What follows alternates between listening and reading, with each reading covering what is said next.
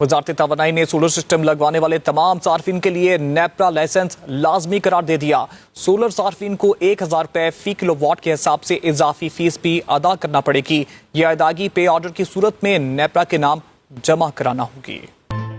बिजली चाहे वापडा से लें या सूरज की रोशनी से खुद पैदा करें, अब हुकूमत को अदायगी हर सूरत करना होगी। वजारत तवानाई ने बड़ा फैसला करते हुए सोलर सिस्टम लगवाने वाले सार्फिन के लिए नेपरा लाइसेंस लाजमी करार दे दिया। ज़राए के मुताबिक अब हर सारिफ को अपनी बिजली की पैदावार के मुताबिक बाकायदा लाइसेंस लेना होगा। पहले 25 किलोवाट तक के सिस्टम्स के लिए डिस्कोस से मुफ्त लाइसेंस मिल जाता था, मगर नई तारामीम के बाद ये सहूलत खत्म कर दी गई है। पाकिस्तान में ऑलरेडी महंगाई बहुत ज्यादा है, बिजली के बिल हमने देखा बहुत ज्यादा आते हैं, तो लोग सोलर की तरफ इस वजह से मूव हो रहे हैं। अगर ये सोलर को टैक्स कर रहे हैं तो इसका मतलब है कि ये एक एंटी पीपल पॉलिसी है। एक सोलर पैनल, ठीक है, एक जो है ना, एक ऐसी चीज है जो कि एक इंसान खुद से लगवा रहा है, उसके चार्जेस जो लेबर के हैं वो खुद से पे कर रहा है।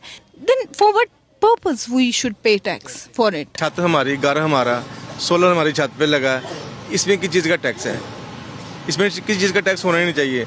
ये तो अल्लाह की कुदरत की तरफ से एक सूरज की शुआओं के साथ एक बिजली पैदा कर रहे हैं। अब सार्फिन को न सिर्फ नेपरा से लाइसेंस लेना होगा, बल्कि 1000 रुपए फी किलोवाट के हिसाब से इजाफी फीस भी अदा करना पड़ेगी और ये अदायगी पे ऑर्डर की सूरत में नेपरा के नाम जमा कराना होगी। हाँ, अलबत्ता हाइब्रिड टेक्नोलॉजी इस्तेमाल करने वाले सार्फिन को इस पाबंदी से इस्तिस्ना हासिल होगा, जबकि नेट बिलिंग प्रोजेक्ट के तहत कनेक्शन की सहूलत बरकरार रहेगी।